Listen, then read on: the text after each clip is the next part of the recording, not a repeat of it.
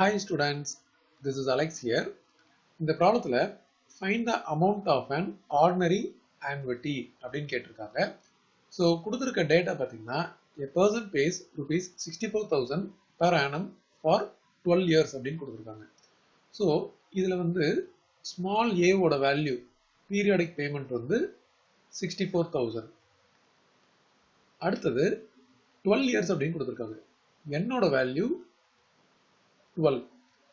அதுக்கு அடுத்தது rate of interest வந்து 10% per year அப்படின்னு கொடுத்துருக்காங்க. ஸோ ஐயோட வேல்யூ வந்து 10%.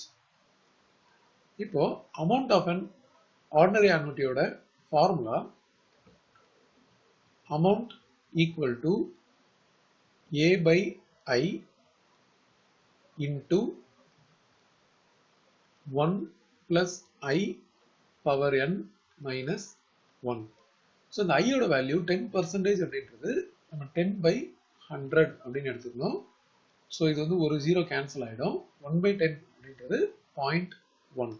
ஸோ இந்த இடத்துல எல்லாத்தையும் சப்ஸ்டிடியூஷன் பண்ணும்போது ஏ அப்படின்றது 64,000 divided by 0.1 into 1 plus 0.1 power 12 minus 1. இப்போ டோட்டலாக இது நம்ம வந்து 0.1 டிவைட் பண்ணும்போது டெசிமல் வந்து ஒரு டெசிமல் ரைட் சைடில் மூவ் ஆகும். ஸோ இன்னொரு ஒரு 0 போடணும். அண்ட் இதோட வேல்யூ 1.1 பவர் 12 மைனஸ் 1. கொஸ்டின்லேயே வந்து 1.1 பவர் 12 வந்து 3.3184 அப்படின்னு கொடுத்துருக்காங்க. ஸோ இந்த இடத்துல சப்ஸ்டிடியூஷன் பண்ண போகிறோம். ஸோ 64,0,0,0,0 இது போக இந்த value 3.3184 3.3184 minus 1. So 64,0,0,0 into 2.3184.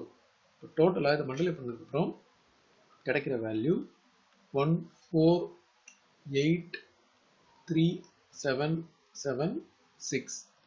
So இவ்வளோ rupees.